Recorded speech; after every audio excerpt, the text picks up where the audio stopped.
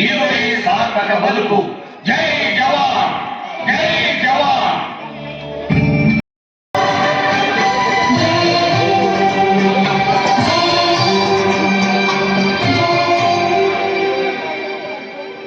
ಓ ನನ್ನ ಭಾರತ ದೇಶದ ತಾಯಂದಿರೇ, ನಿಮ್ಮ ಮಕ್ಕಳನ್ನು ದೇಶದ ಸೇವೆಗೆ ಕಳುಹಿಸಿ ನೀವು ವೀರ ಮಾತೆಯರಾಗಿರಿ.